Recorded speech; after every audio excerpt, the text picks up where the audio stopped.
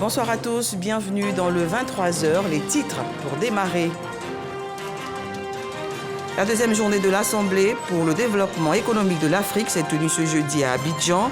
Le président de la République, Alassane Ouattara, a pris part à cette rencontre aux côtés de plusieurs chefs d'État et de gouvernement. Cette réunion se tient en prélude à la 21e reconstitution des ressources de l'Association internationale de développement prévue en décembre prochain. À la Chambre haute du Parlement, l'heure est à la rentrée des classes.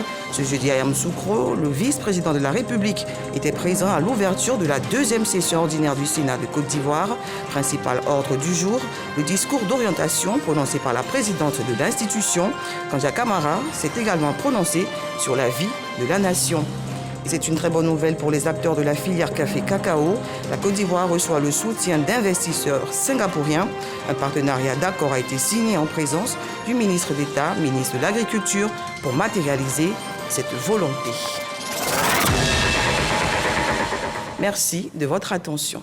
Le président de la République, Alassane Ouattara, a pris part aux côtés de plusieurs chefs d'État et de gouvernement à la deuxième journée de l'Assemblée pour le développement économique de l'Afrique. Cette rencontre se tient en prélude à la 21e reconstitution des ressources de l'Association internationale de développement. Elle permettra de lever plus de 70 000 milliards de francs CFA afin de réduire la pauvreté sur le continent africain. Le compte rendu d'Alexis Ouedraogo. L'IDA, c'est l'Association internationale de développement. À travers des subventions et des prêts à des conditions avantageuses, elle favorise la croissance économique, la résilience et la lutte contre la pauvreté. Ce jeudi à Abidjan, le chef de l'État, Alassane Ouattara, a pris part à l'Assemblée pour le développement économique de l'Afrique, qui se tient justement en prélude de la 21e reconstitution du fonds. L'Association internationale de développement s'impose comme un levier incontournable de la croissance durable et inclusive en Afrique. La rencontre de ce jour vise à amplifier le plaidoyer en vue d'une reconstitution record de l'IDA. Plus de 70 000 milliards de francs CFA sont attendus pour soutenir les politiques de développement du continent africain face à un contexte mondial complexe marqué par des crises financières, des tensions géopolitiques et le changement climatique. Occasion pour le président de la Banque mondiale et le directeur général de Global Citizen de partager leur expérience et proposer des pistes concrètes pour faciliter le développement des pays pauvres à travers l'engagement mondial. Pour le président de la Mauritanie et de l'Union africaine, Mohamed Ould El Ghazouani, la reconstitution de l'IDA 21, au-delà du financement, est un axe de solidarité qui doit prendre appui sur une meilleure gestion des ressources du continent. Grâce à l'IDA, plus de 14 millions de personnes ont bénéficié d'un meilleur accès à l'eau potable entre 2017 et 2022. Et plus de 16 millions de jeunes ont été formés pour l'emploi. La reconstitution de l'IDA 21 ne doit pas être envisagée comme une opération de financement, mais comme un acte de grande solidarité et de responsabilité. Autant nous plaidons avec force en faveur d'une reconstitution de l'IDA 21 à hauteur des besoins et des attentes de nos populations, autant nous nous engageons à redoubler d'efforts pour augmenter la mobilisation des ressources domestiques en menant des réformes fiscales, en optimisant la gestion de nos ressources naturelles et en luttant plus efficacement contre la corruption. Des mots soutenus par le président Alassane Ouattara qui invite l'ensemble des partenaires au développement, y compris le secteur privé, à renforcer leur coopération avec l'IDA. Je voudrais particulièrement insister ici à Abidjan sur le rôle clé du secteur privé et des organisations de la société civile et les associer aux efforts en cours pour une mobilisation de ressources conséquentes pour aider l'Afrique à faire face aux défis qui sont les siens en vue de réduire la pauvreté et les inégalités. Nous voulons pour la deuxième fois une reconstitution inédite des ressources de l'IDA. L'IDA 21 doit apporter une réponse satisfaisante aux difficultés de financement que les crises et les tensions de par le monde imposent à l'Afrique.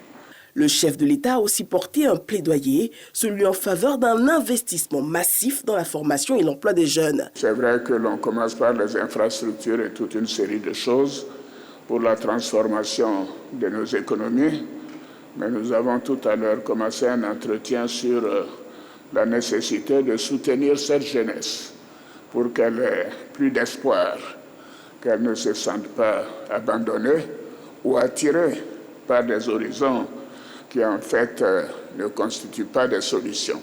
Donc je compte sur la Banque mondiale, sur tous les investisseurs pour nous aider à investir le plus possible dans la formation de nos jeunes et l'emploi des jeunes en Afrique. Un vaste appel à l'engagement mondial qui reçoit déjà un écho favorable. 20 des plus grandes entreprises mondiales sont présentes à Abidjan pour le renouvellement du fonds. Dans la même veine, le chef de l'État, Alassane Ouattara, a accordé une audience au président du groupe de la Banque mondiale et les solutions pour faciliter le développement des pays fragiles à travers l'engagement mondial étaient au cœur des échanges. Restons avec Alexis Ouedraogo. Le président du groupe de la Banque mondiale, Adjaye Banga, était à Abidjan dans le cadre de l'Assemblée pour le développement économique de l'Afrique. Ce jeudi, en marge de la rencontre, il a été reçu en audience par le président Alassane Ouattara. Nous avons eu une bonne discussion sur ce que nous pouvons faire davantage ensemble. Je pense qu'il est important de se concentrer sur le bon type de formation technique pour les jeunes de Côte d'Ivoire. Nous devons nous assurer qu'ils sont correctement équipés pour les emplois de demain. Deuxièmement, nous avons discuté de la manière d'obtenir plus de connexions électriques. Ce pays a bien progressé avec 75% de la population connectée, mais il reste encore 9 millions de personnes. Et comme vous le savez, nous avons lancé un programme pour connecter 300 millions de personnes en Afrique avec la Banque africaine de développement d'ici à 2030. Et la Côte d'Ivoire est l'un des pays qui y participent. Nous avons également discuté de certains des défis dans votre voisinage, mais dans l'ensemble, la Côte d'Ivoire est un pays qui se porte bien. La Banque mondiale s'est pour finir engagée à soutenir la Côte d'Ivoire dans sa vision de développement. Et ce jeudi, en fin de soirée, l'Assemblée pour le développement économique de l'Afrique, en soutien à la constitution de l'IDA 21, a refermé ses portes. Une journée de travail sanctionnée par l'accord d'Abidjan, appelant les dirigeants du G20 et les autres partenaires à investir davantage dans le développement de l'Afrique, et ce, par la mobilisation d'au moins 120 milliards de dollars pour la constitution de l'IDA 21. Un plaidoyer appuyé par le chef du gouvernement ivoirien au regard des défis à relever, parmi lesquels figure la question de la formation et de l'emploi des jeunes. Le Premier ministre, Robert Bugré-Mambé, prend pour le compte de la Côte d'Ivoire des engagements portant réforme économique. Et justement, pour montrer les efforts de l'État ivoirien sur la question de la formation et l'insertion des jeunes, le Premier ministre a effectué une visite au centre d'Equin, fruit du partenariat entre le gouvernement et le secteur privé pour la mise en œuvre de l'école de la deuxième chance. Robert Bugré-Mambé avait à ses côtés le directeur général de l'Agence française de développement et le président du groupe de la Banque mondiale. Le chef du gouvernement a présenté à ses hôtes la matérialisation de la vision du président Alassane Ouattara à travers l'enseignement technique et la formation professionnelle. Le président du groupe de la Banque mondiale s'engage à travers l'institution à poursuivre ses appuis pour implémenter le centre d'Equin partout en Côte d'Ivoire. Ouvrons à présent un chapitre dédié aux activités du Sénat. Ce jeudi 10 octobre, c'est tenu l'ouverture de la deuxième session ordinaire de la Chambre haute de Côte d'Ivoire à Yamoussoukro. Le vice-président de la République a pris part à cet événement. Principal ordre du jour, le discours d'orientation prononcé par la présidente de l'institution. Kandia Camara a annoncé une intense activité parlementaire pour cette deuxième session et s'est également prononcé sur la vie de la nation. Le reportage dans quelques instants. Et à la suite du démarrage des travaux de la deuxième session ordinaire du Sénat, le vice-président de la République a présidé l'ouverture du colloque des Sénats d'Afrique. Au nom du chef de l'État, Temoko Mili Kone a exhorté les sénateurs à former une fédération pour être à la hauteur des défis de développement du continent. Mama Traoré. Et si le bicamérisme se traçait de nouveaux sillons depuis Yamoussoukro? La capitale politique de la Côte d'Ivoire abrite 48 heures durant le colloque des Sénats d'Afrique, une initiative du Sénat de Côte d'Ivoire dirigée par Kandia Camara. Cette première rencontre du genre enregistre la présence d'une dizaine de délégations de chambres hautes de parlement du continent. Les chambres hautes pourraient trouver toute leur pertinence dans leur contribution à la qualité de la loi en portant un regard supplémentaire sur son contenu. Le colloque des Sénats d'Afrique se présente ainsi comme un cadre privilégié de réflexion et d'échange sur les modalités de la pratique du bicaméralisme.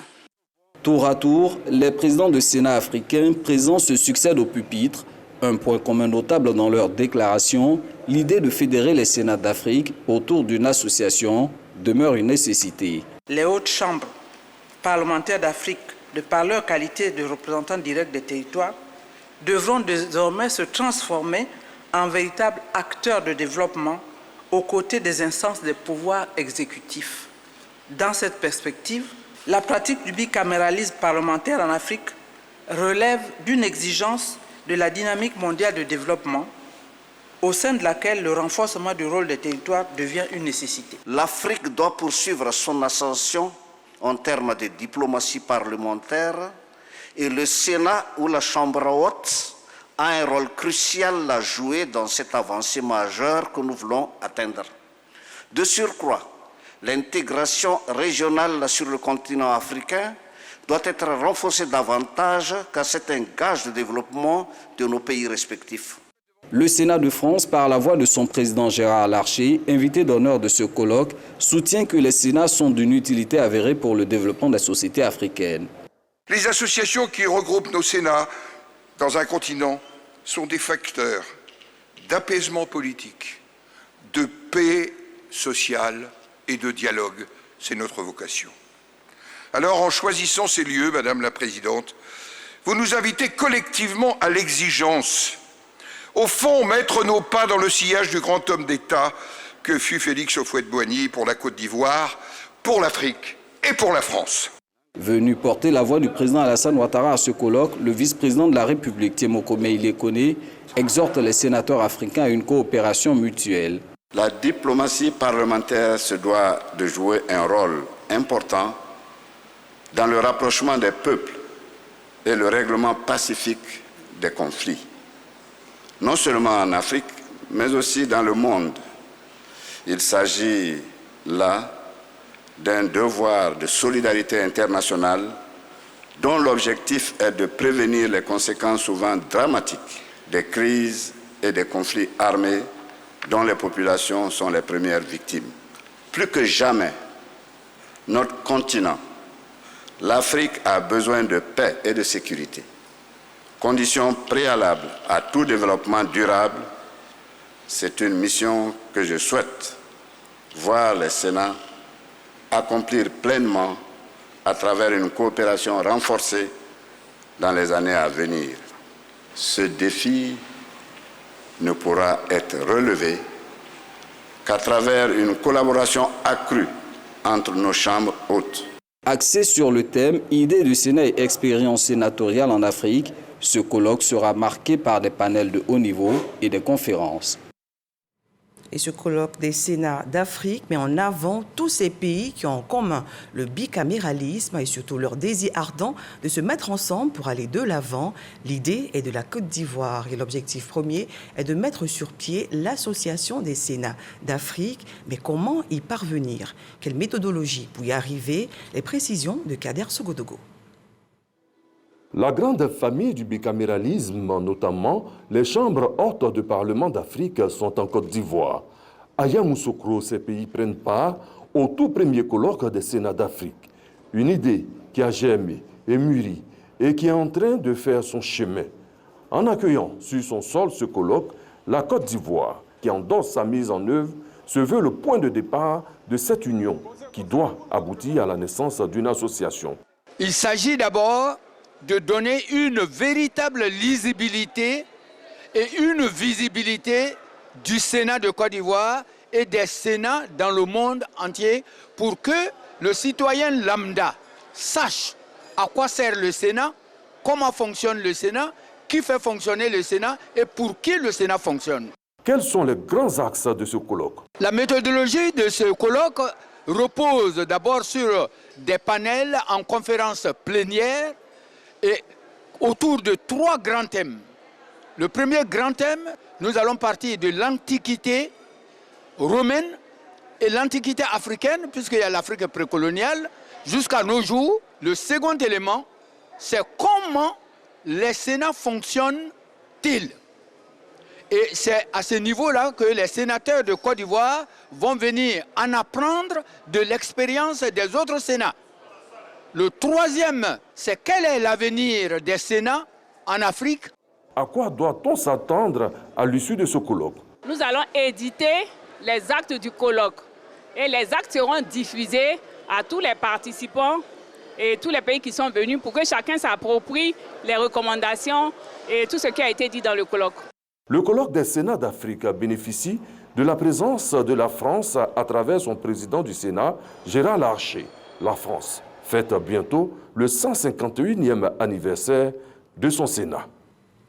Nous vous le disions il y a quelques instants, ce jeudi 10 octobre s'est tenue l'ouverture de la deuxième session ordinaire du Sénat de Côte d'Ivoire et Yamoussoukro. Le vice-président de la République a pris part à cet événement. Principal ordre du jour, le discours d'orientation prononcé par Kandia Camara. Le point avec Mama Traoré et Adam Sangaré. Ouvrir la deuxième session ordinaire du Sénat, 7 jours ouvrables après celle de l'Assemblée nationale. Cette disposition constitutionnelle correspond à ce 10 octobre 2024. Alors les sénateurs reprennent du service après quelques mois de répit. Au nom du président de la République, le vice-président Tiemoko Meïlie Koné est présent pour apporter le soutien de l'exécutif à l'action de la Chambre haute du Parlement. Comme le veut l'usage, la secrétaire de séance procède à l'appel nominal. 96 sénateurs sont présents sur les 98 siégeants. Le quorum est largement atteint, alors les travaux peuvent démarrer. Seul point à l'ordre du jour, le discours d'orientation que doit prononcer la présidente de l'institution.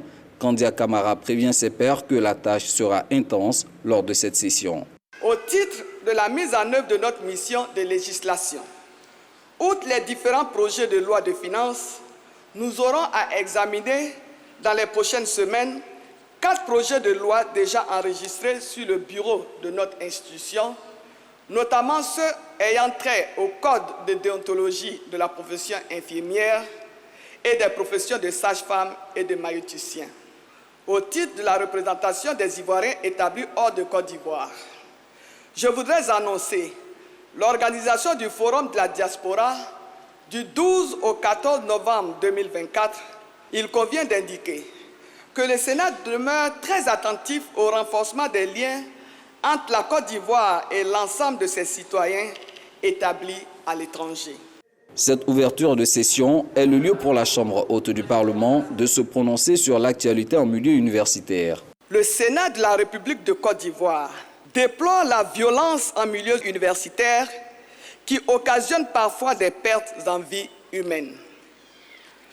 Nos universités doivent demeurer un espace de paix et de sécurité, condition sine qua non d'un apprentissage très important et efficace et d'une formation de qualité des cadres de demain.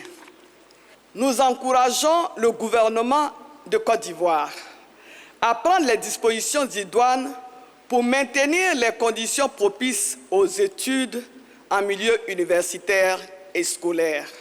Pour autant, le Sénat ne désespère pas en la jeunesse ivoirienne, cette jeunesse qui permet à la Côte d'Ivoire de glaner des lauriers sur la scène internationale. Aujourd'hui, le président Alassane Ouattara est le symbole d'une Côte d'Ivoire qui gagne.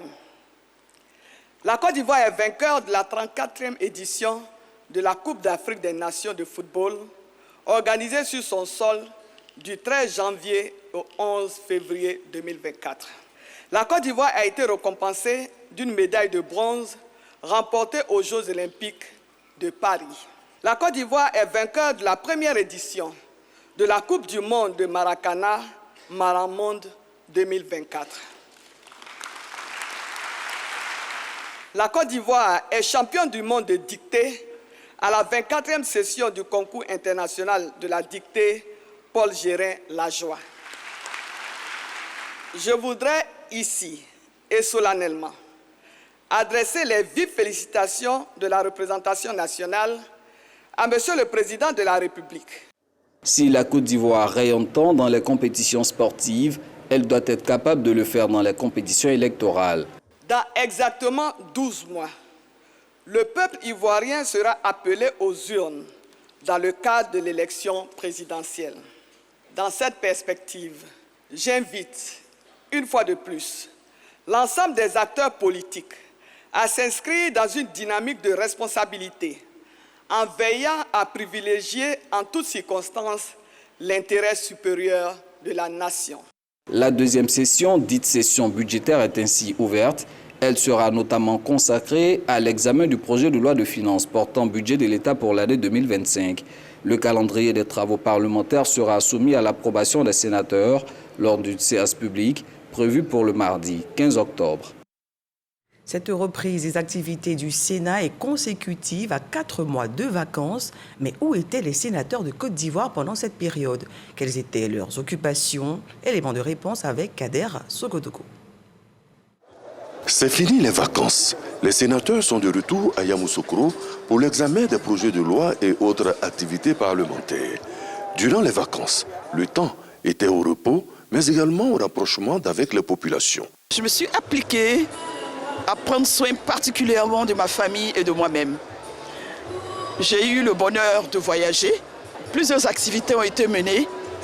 Tout au long de ces 4 mois, j'ai également pensé à l'autre à travers le Rotary. J'ai eu des vacances très remplies. Je suis parlementaire panafricain et donc nous avons eu la session ordinaire, la 3e du Parlement panafricain le mois passé. Et donc toute cette période, j'ai dû passer 3 semaines en Afrique du Sud. Et quand je suis revenu, il fallait que je sois aux côtés des populations. Et c'est ce que nous avons fait. On s'est bien reposé, on a voyagé, on a travaillé. Et aujourd'hui, ça nous fait plaisir de se retrouver.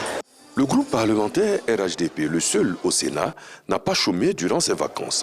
Des missions sont parties vers certaines localités. Ces missions ont été ramenées à la visite de 6 régions. 6 régions pour rendre compte des travaux qui avaient été effectués au cours de nos différentes sessions. Ce sont ces projets de loi que nous sommes allés expliquer à nos populations. Cette deuxième session qui s'est ouverte ce 10 octobre 2024 se refermera en décembre. Elle sera marquée par l'examen du projet de loi portant budget de l'État de Côte d'Ivoire au titre de l'année 2025. Ce reportage referme le chapitre consacré aux activités du Sénat. Intéressons-nous à présent à la signature d'un protocole d'accord entre la Côte d'Ivoire et une société singapourienne dans le domaine du cacao. Ce partenariat a été signé en présence du ministre d'État, ministre de l'Agriculture, du Développement rural et des productions vivrières. Les explications de Jean-Luc Bambou. C'est un partenariat qui permettra aux deux parties, le Conseil Café Cacao et la société GCB Cocoa Singapour PTE, de réaliser leurs ambitions communes, à savoir augmenter la capacité locale de transformation de fèves de cacao, fabriquer et distribuer des produits finis aux consommateurs, créer de la valeur ajoutée pour le cacao dont les bénéfices augmenteront les revenus des producteurs, promouvoir et développer la consommation locale et régionale. Nous voudrions donc saluer cette initiative qui est d'importance capitale, qui a été mûrement nourrie et qui aujourd'hui va nous permettre d'atteindre une autre étape de la politique du président de la République, dont l'objet consiste à aller à la transformation rapide de nos produits. Ce protocole est surtout une prise à participation à hauteur de 25% dans le capital de Transcao Côte d'Ivoire, ouvrant ainsi la voie à un rayonnement international et à une amélioration de la performance technique, commerciale, financière et sociale de Transcao, unité industrielle soutenue par le Conseil du Café Cacao. Le projet Transcao Côte d'Ivoire, faut-il le rappeler, porte sur la construction de 2 usines de transformation de cacao d'une capacité de 50 000 tonnes chacune, dont l'une en zone industrielle de Yopougon PK24 et l'autre à San Pedro. Les 4 et 5 octobre dernier se tenait en France la 19e édition de la francophonie. Durant ces assises, le ministre du Commerce et de l'Industrie, Souleymane Diarra a échangé avec son homologue français. Au menu des échanges, l'approfondissement des relations commerciales entre la Côte d'Ivoire et la France. Notre envoyé spécial Issa Yeo nous en dit plus. Accord de facilitation des investissements et la problématique de l'accès au marché ivoirien des produits français soumis aux droits d'assises. Accompagnement la compétitivité des PME ivoiriennes. Ce sont là quelques points d'échange entre le ministre Souleymane Diala Souba, accompagné par l'ambassadeur de la Côte d'Ivoire en France, Maurice Kwaku Bandama, et son homologue française, Sophie Prima, ministre déléguée en charge du commerce extérieur et des Français des étrangers. Nous avons évoqué au cours de cette séance les sujets d'intérêt commun et d'actualité, notamment concernant tout ce qui porte en fait sur le soutien de la France pour promouvoir, soutenir l'écosystème entrepreneurial en Côte d'Ivoire, notamment les PME. Nous sommes en train de travailler avec la partie française pour apporter un soutien de 80 millions d'euros à la promotion des PME, des micro-entreprises en Côte d'Ivoire. Et nous avons parlé également des sujets portant sur la lutte contre la contrefaçon, où également des initiatives sont en cours pour que la France puisse nous aider à acquérir un incinérateur de grande capacité qui fait plus de 15 millions d'euros. Également, c'est un dossier qui avance bien.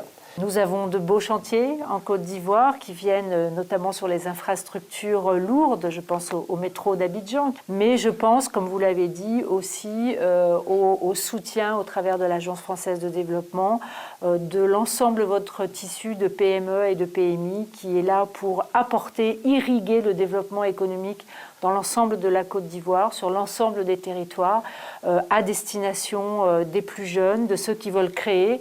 Au sortir de cette rencontre, les deux ministres ont promis renforcer la coopération dans le domaine du commerce entre les deux pays.